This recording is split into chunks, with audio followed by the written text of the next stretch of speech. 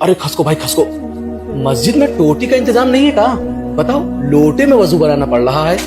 अरे भाई नमाज का वक्त हो गया, जल्दी से वजू कर लो। अरे भाई लोटे से वजू बनाने में टाइम लगता है थोड़ा से। अल्लाहु अकबर।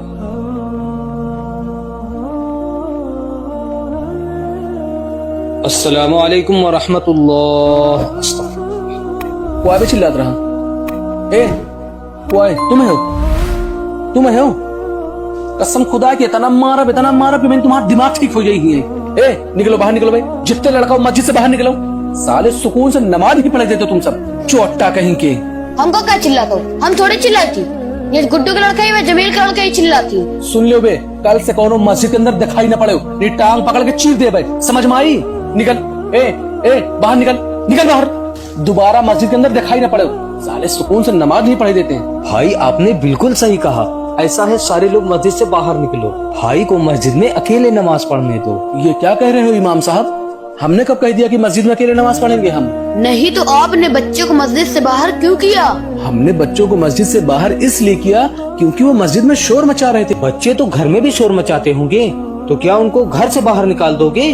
वैसे क्या काम करते हो? रेडीमेड की दुकान चलाता हूँ इमाम साहब। फिर तो आपके दुकान में बच्चों के लिए बहुत अच्छे अच्छे कपड़े होंगे। हाँ, मेरी दुकान पे बच्चों के लिए तो बहुत अच्छे अच्छे कपड़े हैं। लेकिन आप तो अपनी दुकान से बच्चों को भगा देते होंगे। कैसी बात कर रहे हैं इमाम साहब? दुकान की कमाई बच्चों से ही तो है।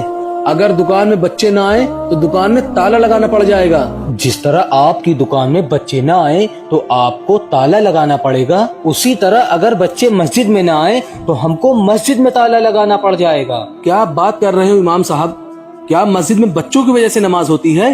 माफ करना भाई, जब से रमजान शुरू हुआ है हर मस्जिद में मुसलमान नजर आ रहे हैं। रमजान चला जाएगा, बच्चों के सिवा मस्जिद में कोई नजर नहीं आएगा, और आप बच्चों को मस्जिद से बाहर कर रहे हो। इमाम साहब आपने बहुत अच्छी बात कही है, लेकिन मैंने बच्चों को मस्जिद से बाहर इसलिए किया क्योंकि बच्चे मस्जिद में शोर मचा रहे थे इमाम साहब। देखिए भाई, अगर बच्चे मस्जिद में शोर मचा रहे हैं तो आप उनको प्यार से समझाओ। बच्चों को डांट डपट करना या उनको मस्जिद से बाहर करना ये बहुत गलत बात है।